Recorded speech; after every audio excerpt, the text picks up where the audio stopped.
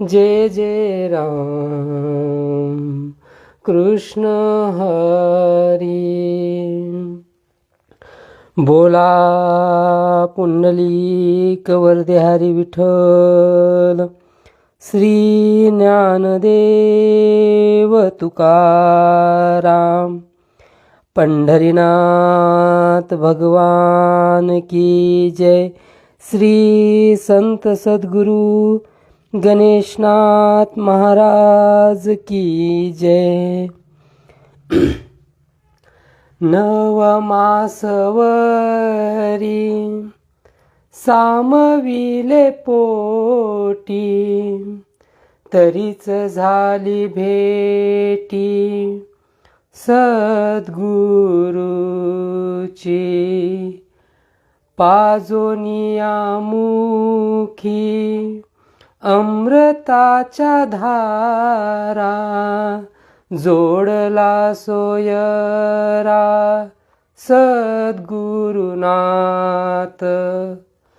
तुझी याने पाहे देखिले बालपण, उतराई कशाने होऊ तुझ। पाजोनिया मुखी अमृताच्या धारा, जोडला सोयरा सद्गुरुनाथ।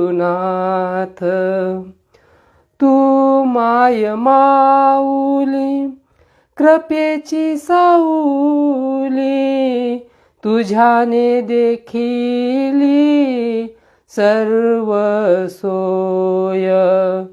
पाजोनिया मुखी अमृताच्या धारा, जोडला सोयरा सद्गुरुनाथ। गणेशनाथ म्हणे तुची माझी माता, त्राहे सद्गुरुनाथा शरण आलो। पाजोनिया मुखी अमृताच्या धारा, जोडला सोयरा सद्गुरुनाथ। जोडला सोयरा सद्गुरुनाथ। प्रस्तुत प्राप्त प्रसंगी श्री संत सद्गुरू गणेशनाथ महाराज यांच्या संजीवन समाधी सोहळ्याच्या त्रिशतकोत्तर अमृत महोत्सवानिमित्त आयोजित ऑनलाईन प्रवचन मालिकेतील हे 497 क्रमांकाचे पुष्प मज पामराकडे नवरात्र महोत्सवाच्या अशा खूप शुभ प्रसंगी प्राप्त झाले आहे। प्रस्तुत अभंगात श्री संत सद्गुरू गणेशनाथ महाराज अशाच सद्गुरू मातेचं स्वरूप आपल्यासमोर प्रकट करतात। योगायोग आहे, नवरात्र जो देवीचं नवरूपाचं स्वरूप, नवभक्तीचं स्वरूप आपणास करण्याची संधी प्राप्त होते। आणि त्यातच हा असा गोड अभंग की ज्या अभंगात श्री संत सद्गुरू गणेशनाथ महाराज आपल्या सद्गुरूला मातेची उपमा देतात। माता म्हणून तिच्यासमोर तो भाव प्रकट करतात की त्या भावातून प्रत्येक साधकाला एक मार्गदर्शन प्राप्त होईल। आध्यात्मिक साधनेवर चालण्यासाठी कोणत्या गोष्टीची गरज आहे, काय करावं ज्याने सद्गुरूची आपणावरती कृपा होईल, आणि सद्गुरूच्या मार्गदर्शनातून आपण कसं हा आध्यात्मिक प्रवास करू, याचं खूप गोड वर्णन प्रस्तुत अभंगात श्री संत सद्गुरू गणेशनाथ महाराज करतात। प्रथम चरणातच म्हणतात की नव मासावरी सामाविले पोटी। जसं बायोलॉजीच्या दृष्टिकोनातून म्हणजे जीवशास्त्राच्या दृष्टिकोनातून एका बालकाचा जन्म होण्यासाठी काही काळ त्याला आईच्या गर्भात राहावं लागतं, आणि तो काळ गेल्यानंतर त्याचा जन्म होतो। या सर्वांच्या दृष्टिक्षेपात ते बालक येतं। ते येण्या अगोदर त्याला 9 महिने 9 दिवस आईच्या पोटात राहावं लागतं। हे जसं जीवशास्त्राच्या दृष्टिकोनातून आहे, अगदी तसं आध्यात्मिक शास्त्राच्या दृष्टिकोनातूनही काही काळ एका खऱ्या साधकाला, भक्ताला गुपित भक्ती करावी लागते. ती जगासमोर प्रकट झालेली नसते. तो एका गुरुचा शिष्य म्हणून प्रकट झालेला नसतो. तो होण्याचा जो काळ आहे त्याच्या अगोदर त्याच्याकडून काहीतरी साधना व्हावी लागते. तेव्हा त्या सद्गुरूची कृपा त्या बालकावरती, त्या साधकावरती होते. उदाहरण घ्यायचे असतील तर आपल्यासमोर खूप सारे उदाहरणं आहेत. जसं स्वामी विवेकानंदांचं आणि सद्गुरू रामकृष्ण परमहंसजींचं आहे. जेव्हा स्वामी विवेकानंदांना वाटलं की आपणाला रामकृष्ण परमहंसजी गुरु म्हणून प्राप्त व्हावे, त्यांनी गुरु म्हणून आपल्याला काहीतरी उपदेश करावा, त्या अगोदर रामकृष्ण परमहंसजींनी त्यांच्याकडून खूप साऱ्या साधना करून घेतल्या, खूप सारी सेवा करून घेतली आणि मग अनुग्रह दिला. एक खरा सद्गुरू सहजी शिष्याला स्वीकारत नसतो, त्या शिष्याची परीक्षा घेत असतो. माझ्या कबीर महाराजांचं एक खूप गोड दोहा आहे. त्यात ते म्हणतात की जर हिऱ्याची पारख म्हणजे जर करून घ्यायची असेल तर त्याचा योग्य तपासणी फक्त ते सद्गुरूच करू शकतात. म्हणजे ते खरा हिरा आहे का तो ग्लासचा आहे. तसा प्रकार एक आहे की तो बालक जसा 9 महिने आईच्या गर्भात वाढतो तसाच एक साधक काही काळ ती साधना कशी करतो यावरती खूप महत्त्व आहे. मग ते 9 मास इथे संदर्भ कसा लावतात बघा की 9 मास सामाविले पोटी. जसा बालकाचा गर्भ आईच्या पोटात धारण होतो तेव्हा पहिल्या महिन्यात तो बालकाचा अंश कसा असतो, दुसऱ्या महिन्यात त्या बालकाचं स्वरूप कसं असतं, तिसऱ्या महिन्यात काय, चौथ्या महिन्यात त्याचं एक एक अवस्था कशी वाढत जाते, तोच भाव येथे श्री संत सद्गुरू गणेशनाथ महाराज नवविधा भक्तीच्या स्वरूपात सांगतात. प्रथम साधकाच्या अवस्था काय आहे, प्रथम मास काय आहे तर श्रवण. साधक काय करतो तर प्रथम श्रवण करतो. सद्गुरूने दिलेला उपदेश या कर्णाद्वारे ऐकतो. सद्गुरू काय म्हणत आहेत ती आज्ञास्वरूप मानून आपल्या अंतःकरणात ती श्रवण भक्तीची सुरुवात उतरावतो आणि तो उपदेशानुरूप जगण्याचा प्रयत्न करतो.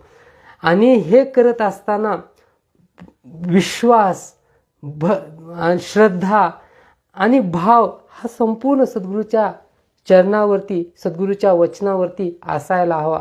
जेव्हा हे असं होईल तेव्हा ते श्रवण अंतःकरणात उतरतं. ती श्रवण भक्ती फक्त ह्या कानानं ऐकून इकडून सोडून देण्यासाठी नव्हे तर ती अंतःकरणात उतरवण्यासाठी आहे. आणि मग ते पोटी म्हणून हे ते शब्द वापरतात की तो जसा बालक त्या गर्भात प्रथम मासात त्याचा अंश तयार होतो माता पित्याच्या संयोगातून, अगदी तसं त्या सद्गुरूच्या दृष्टिक्षेपातून, सद्गुरूच्या वचनामृतातून किंवा सद्गुरूच्या स्पर्शातून त्या बालकाच्या, त्या साधकाच्या आयुष्यात तो गुरुमंत्र येतो, ते श्रवण येतं आणि त्या श्रवण भक्तीतून ते अंतःकरणात ती भक्ती फुलायला लागते. म्हणून प्रथम हे ते सांगतात की श्रवण घडतं आणि त्यानंतर त्या श्रवणाद्वारे जो मंत्र दिला आहे त्याचं कीर्तन.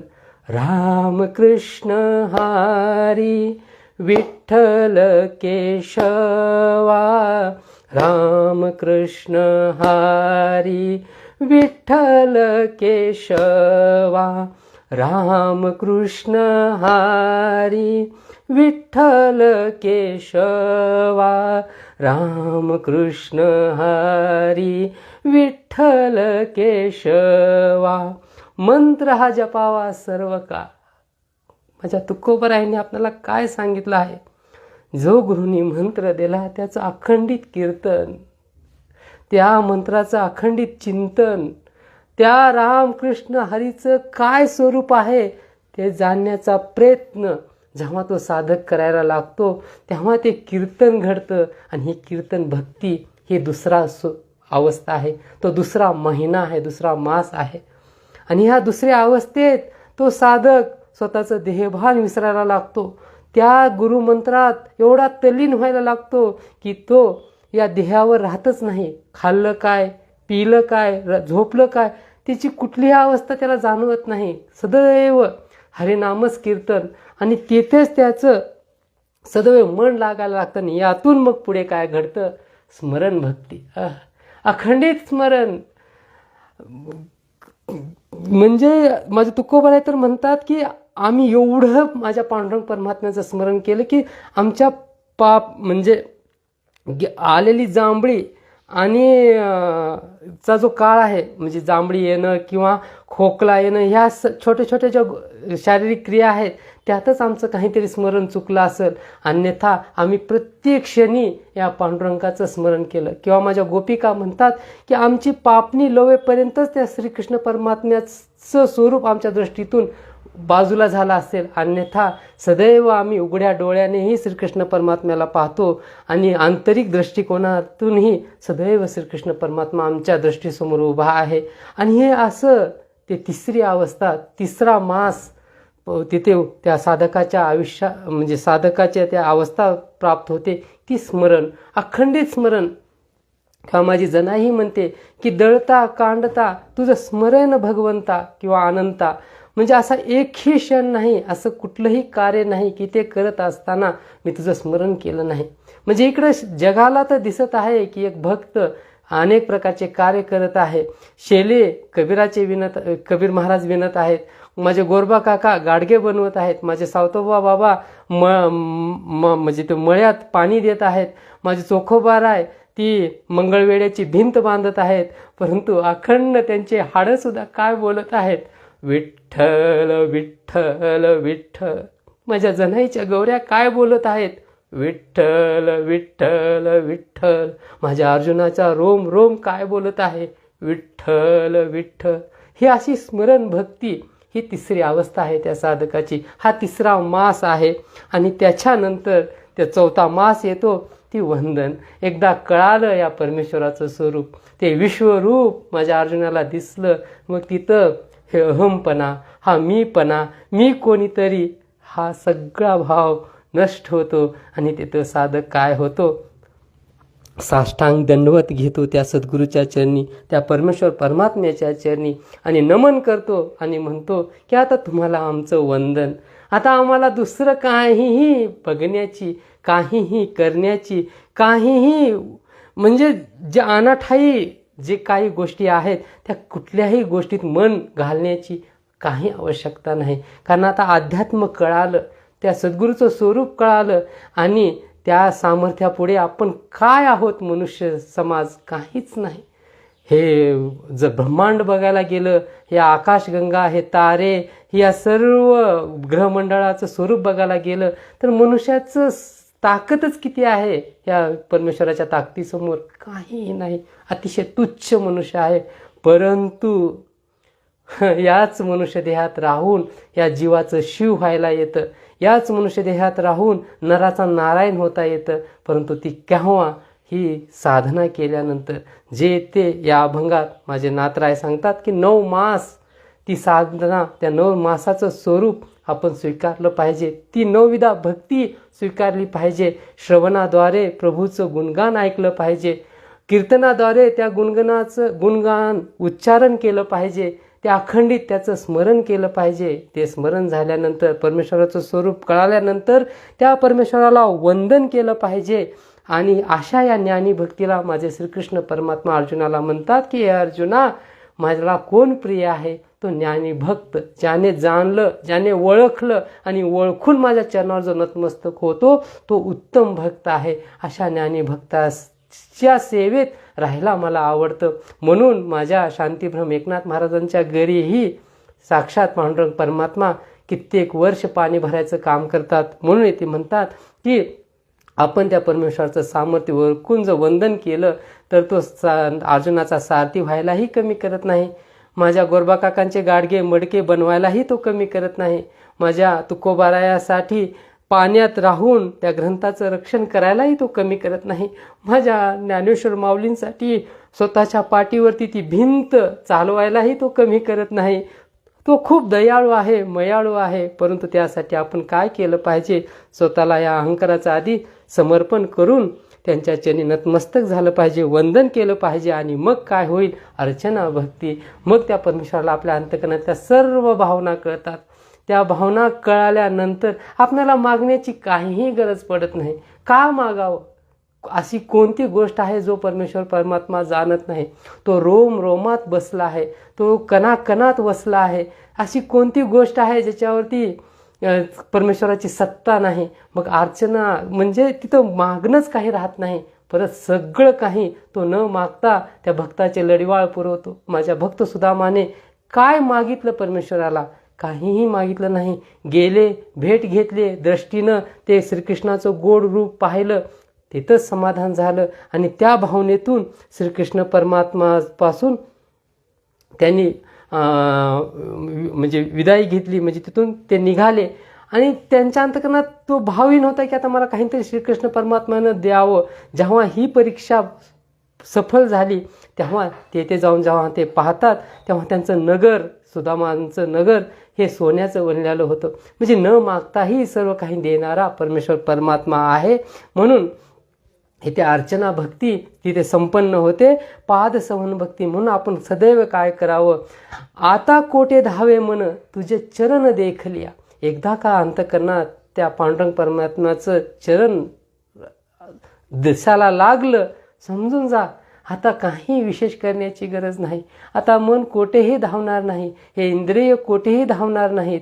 फक्त गरज आहे अखंडित त्या चरणाचं स्मरण. त्या अखंडित त्या चरणावरती या अश्रूंच्या द्वारे अभिषेक करणं हेच खऱ्या भक्ताचं लक्षण आहे. आणि जेव्हा हे आपण करू तेव्हाच त्या परमेश्वरालाही जाणवतं की हा भक्त कसा स्वभाव आहे. म्हणजे भावाचा भुकेला आहे. आणि जर तो भावाचा तशा प्रकारचा भक्त जर परमेश्वराला प्राप्त झाला ना, तर श्रीकृष्ण परमात्मा अर्जुनाला म्हणतात की मला यापेक्षा दुसरं काहीच प्रिय नाही या जगात. हो, आपण काय देणार आहोत? आपण म्हणतो मी ₹1,00,000 देणगी दिली, हजारो लोकांना अन्नदान दिलं, पण कृष्ण परमात्मा म्हणतो मला याच्यात इंटरेस्ट नाही. असं कोण आहे की ज्याच्यावर परमेश्वर परमात्म्याचं लक्ष नाही? म्हणजे उपाशी ठेवण्यासाठी परमेश्वर परमात्म्यानं त्यांना निर्माण केलं आहे का? नाही. हे सगळं विश्व, हे जगत, हा पैसा अडका कोण निर्माण केला? तो साक्षात परमेश्वर परमात्मा सगळ्याचा मालक आहे. आणि तेच त्याला घेऊन त्याच्याच झाडाचे फुलं तोडून त्यालाच वाहिल्यानंतर त्याला काय आनंद वाटणार आहे? काहीच वाटणार नाही. उलट जर आपला भाव शुद्ध असेल, अंतःकरणात प्रेम, दया, क्षमा, शांती हे गुण असतील, तर याच्याद्वारेच आपण परमेश्वराला अंकित करू शकतो, परमेश्वराच्या अतिशय जवळ जाऊ शकतो. म्हणून येथे म्हणतात की एकदा का आपणाला ते चरण आपल्या अंतःकरणात दिसायला लागले की तिथंच संतुष्ट राहा. त्याच्या वेगळं दुसरं काहीही मागण्याची किंवा काहीही पाहण्याची आवश्यकता नाही. आणि त्यानंतर येते दास्य भक्ती. आणि मग त्या चरणाची सेवा करा. अशी सेवा करा की परत त्या सेवेचं उदाहरण हे जगत पुढच्या पिढीला द्यायला लागेल. काय केलं माझ्या जनाईनं? चरणाची सेवा तर केली. कोणाच्या? मज दास करी तुझ्या दासाच्या दासाचा. काय गोड भाव आहे माझ्या जनाईचा. तोच भाव अनेक संत साधू महात्म्यांचा आहे. त्यांनी काहीही विशेष मागितलं नाही परमेश्वराला. सेवा, संतांची सेवा हेच मागणं तुकोबरायांनीही मागणी पर अभंगात मानलेलं आहे. माझ्या जनाईनेही तेच मागणं मागितलं आहे. माझ्या माऊलीनेही तेच मागणं मागितलं आहे की सद्गुरूच्या सेवेसारखं दुसरं पुण्याचं कर्म नाही. म्हणून सेवा आणि एकदा तशी दास्यत्व भक्ती आपल्या अंतःकरणात प्रकट झाली की मग तो अहंकार, तो गर्व, ती माया त्या साधकावर काहीही आघात करू शकत नाही. कारण माझे कबीर महाराज म्हणतात की माया छाया एकसी बिरला जाने कोय, भक्ता के पीछे लगे सम्मुख भागे सोय. एकदा का तो साधक सद्गुरूच्या चरणावर नतमस्तक झाला, तिथे साष्टांग दंडवत त्याने घेतला, त्याचबरोबर त्याची सगळी छाया लुप्त होते. अगदी तसं ही मायाही त्याच्यावर काही परिणाम करू शकत नाही. कारण त्या साधकाच्या मस्तकी त्या सद्गुरूचा हस्त असतो. आणि म्हणून त्या दास्यत्वातच खरं सामर्थ्य आहे. म्हणून आपण काय स्वीकारायला पाहिजे? तर सेवा स्वीकारली पाहिजे. सेवा भावनेतून आध्यात्मिक कुठलंही कार्य, आध्यात्मिक कुठलंही उपक्रम राबवला पाहिजे. आध्यात्मिक आपण म्हणतो मी कीर्तन करतो, मी प्रवचन करतो, परंतु ही जेव्हा सेवा भावनेतून आपण करू त्याचा जो गोड अनुभव त्याचं जे म्हणजे अमृतासारखं फळ जे आपल्याला प्राप्त होणार आहे ते अवीट आहे, तो कधीही ते नाश पावणार नाही. म्हणून सेवा भावनेतून जर आपण या सर्व गोष्टी केल्या तर त्यात खूप मोठं सुख आहे. आणि मला काहीतरी प्रसिद्धी भेटावी, मला काहीतरी धान्य संपदा भेटावी म्हणून जर करत असू तर त्या सेवेत, त्या दास्यत्वात ते क्षणिक आहे. तो देईलही परमेश्वर परमात्मा, तो द्यायलाच तर बसला आहे, तो देईलही, पण घ्यायचं का नाही हे आपण ठरवायला हवं. माझ्या तुकोबारायासमोरही काही अनेक प्रलोभन उभे होते, म्हणून ते त्या गोष्टीत अडकले का? नाही अडकले, कारण त्यांना माहिती होतं नरदेह क्षणिक आहे, पाहण्याचा बुडबुडा आहे, आज आहे उद्या नाही. आणि हे जे काही मिळालेलं 40, 50, 60, 70, 80, 90, 100 त्याच्या पुढे काही वर्षचं जे आयुष्य आहे ते क्षणिक आहे, आज ना उद्या संपणार आहे. आणि मला ह्या नरदेहाला येऊन काय साध्य करायचं आहे? तर ह्या नवविधा भक्तीचा स्वीकार करून त्या परमेश्वराच्या सेवेत राहून, सद्गुरूच्या सेवेत राहून त्या अविनाशी तत्वाला प्राप्त व्हायचं आहे. म्हणून दास्य भक्ती, आणि त्याच्यातून मग काय होतं? सख्य निर्माण होतं. माझे श्रीकृष्ण परमात्मा अर्जुनाला सखा म्हणतात. एकदा का आपण दास झालो ना रामप्रभूचा, तर रामप्रभू हनुमंतरायांना जशी गळा भेट देतात ना कडकडून, अगदी तसं आपले सद्गुरू माझे गोरक्षनाथांना, माझे मच्छिंद्रनाथ जशी भेट देतात तसे आपले सद्गुरू आपल्याला भेट देतील, आपल्याला सखा म्हणतील. आणि जो सद्गुरूनं ज्या शिष्याला सखा म्हणलं ना, त्या शिष्यासारखं भाग्यवान या जगात कोण नाही. आणि तो अनुभव प्रत्येकाच्या आयुष्यात यावा म्हणून हा सर्व प्रपंच संत साधू महात्मे करतात. म्हणून हा सर्व अनुभव आपल्यासमोर प्रकट करतात. माझे तुकोबाराई म्हणतात, माझ्या विठोबाचा कैसा प्रेमभाव, आपणच देव होय गुरु. म्हणजे आहे तर तो परमेश्वर परमात्मा, परंतु माझ्यासाठी त्याच्या अंतःकरणात खूप प्रेम आहे. म्हणून तोच बाबाजीच्या स्वरूपात माझ्यासमोर प्रकट होतात आणि मला गळा भेट देतात, सखा म्हणून स्वीकारतात. म्हणून सख्य भक्ती, त्या दास्यत्वातून सख्य भक्ती प्रकट होते. आणि त्यानंतर म्हणतात, एकदा ही अशी गोष्ट घडली की मग तिथं हे आत्मनिवेदन, मग तिथं हा मीपणा, तूपणा, ह्या सर्व गोष्टी मावळल्या जातात. हे आत्माचं स्वरूप आपण तिथे परमेश्वरासमोर प्रकट करतो. मग तिथे माझे हनुमंतराय रामप्रभूंना सांगतात की तुमचं आणि माझं 3 स्वरूपात हे जगणं आहे. जर मी या जीव स्वरूपानं जर असेन, म्हणजे ह्या शरीर रूपानं जर मी हनुमंतराय असेन आणि तुम्ही जर रामप्रभू असाल, तर मी तुमचा दास आहे, तुम्ही माझे स्वामी आहात. माझी सदैव हे तन तुमच्या सेवेत राहणं हेच माझ्या या जीवनाचं सार्थकता आहे. जर तुम्ही म्हणत असाल की तुम्ही परमात्मा आहात आणि मी आत्मा आहे, तर त्याही म्हणजे जर तुम्ही म्हणत असाल की जर दुसरं दृष्टिकोन असा आहे की तुम्ही जर परमात्मा स्वरूप असाल तर मी आत्मस्वरूप आहे, हे आपले दुसरं स्वरूप आहे की ज्याच्यात जसा सूर्य आणि त्याचीच किरण तसा स्वरूप, म्हणजे एकच परमेश्वर आणि त्याचेच हे वेगवेगळे रूप.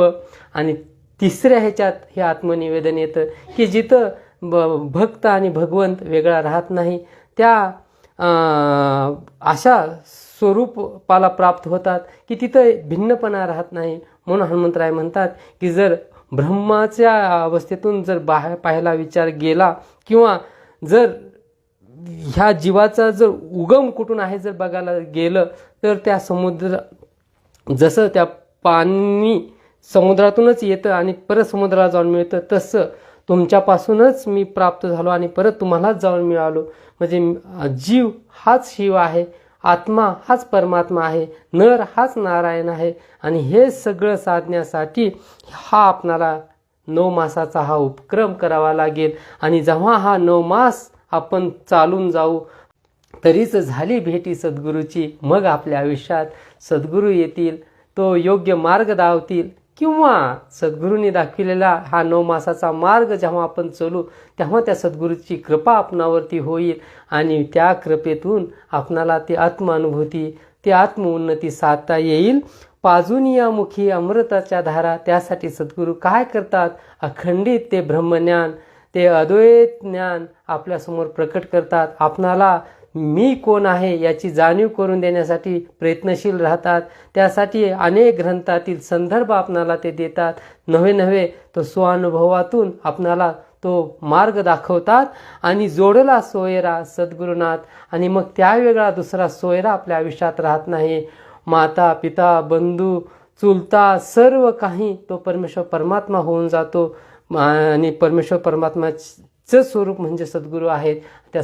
कारण माझे कबीर महाराज म्हणतात, गुरु गोविंद खडे काके लागू पाय, बलहारी गुरु आपनो गोविंद दियो बताय. कारण गुरुच्या उपदेशातून गुरुनं दाखवलेल्या मार्गावरून चालल्यानंतरच मला गोविंदाचं दर्शन झालं. म्हणून म्हणतात की प्रथम नमन माझे सद्गुरूला, म्हणून जोडला सोयरा सद्गुरुनाथ. तुझ्याने पाहे देखले बालपण. आणि त्या सद्गुरू कृपेनंच तर आपण जिवंत आहोत. असं सांगितलं जातं की जे आईच्या पोटातून बालक जन्म घेतं त्याचा तो पहिला जन्म असतो. परंतु शिष्याच्या एका आध्यात्मिक साधकाच्या आयुष्यात आणखीन एक जन्म होतो, त्याला द्विज असं म्हणतात. जेव्हा सद्गुरू त्याच्यावर कृपा करतात आणि त्या कृपेतून जेव्हा त्याला अध्यात्म ज्ञानाची ओळख व्हायला लागते, तेव्हा त्या शिष्याच्या आयुष्यात तो द्विज ते दुसरा जन्म असतो. आणि अशा अवस्थेत मग संत सद्गुरू गणेशनाथ महाराज म्हणतात की ते बालपण आमच्या आयुष्यात आलं. त्या बालपणात त्या सद्गुरूंनी दिलेला उपदेश आमच्या आयुष्यात आला. आणि किंवा ते जे बालपणी जसं आई एका मुलाची काळजी घेते, त्याच्या जेवणाची, त्याच्या राहण्याची, म्हणजे प्रत्येक गोष्टीचं त्याचं संरक्षण, त्याचं पोषण, तसंच एक सद्गुरू एका साधकाला भटकू देत नाहीत. आंतरिक जे विकार आहेत त्याच्यापासूनही त्या साधकाचं, त्या भक्ताचं रक्षण करतात. त्याचबरोबर बाह्य जे ह्या शरीरावर आघात होणार आहेत त्याच्यापासूनही त्या साधकाचं रक्षण करतात. आणि असं ते बालपण फक्त सद्गुरूच्या कृपेनेच तो शिष्य व्यवस्थित ती आध्यात्मिक साधना करू शकतो. आणि हा असं केल्यानंतर आता उतराई कशाने होऊ तुझं. माझे कबीर महाराज म्हणतात की 7 समुद्र की मसी की सब धरती कागज की लेखनी सब बन राय, 7 समुद्र की मसी की गुरुगुण लिखा ना जाय. असं काय करू की ज्यानं मी हे गुरुचं गुण गाऊ शकू, लिहू शकू. काही शक्य नाही, कारण गुरुचा महिमा आगाध आहे. तो शब्दात आपण वर्णन करू शकत नाही. त्या अवस्थेला प्राप्त झाल्यानंतर ही वाचा, ही जी वैखरी आहे, मध्यमा आहे, या सर्व नष्ट होऊन जातात. तिथं बोलण्यासाठी शब्दच उरत नाही. आणि जिथे हे शब्द मावळले जातात तिथं मग ही पराभक्ती, ह्या आंतरिक परावाचा, आंतरिक आत्म स्वरूप म्हणजे आत्मातच आपण तल्लीन होऊन त्या सुखात तल्लीन होतो. आणि मग अशा अवस्थेत आपण काय परमेश्वराला, त्या सद्गुरूला देऊ शकतो? काहीही देऊ शकत नाही. उतराई आपण सद्गुरूचं कधीही होऊ शकत नाही. एक तर म्हणजे आपण पाहतो की जे आपल्याला आई जन्म देते, तिनं जे आपल्याला दूध पाजलं, त्या ज्या दुधावर आपण मोठं झालो, आपण तिच्या दुधाचे उपकार सांगताना म्हणतो की आई तुझ्या दुधाचे उपकार मी कसे फेडू.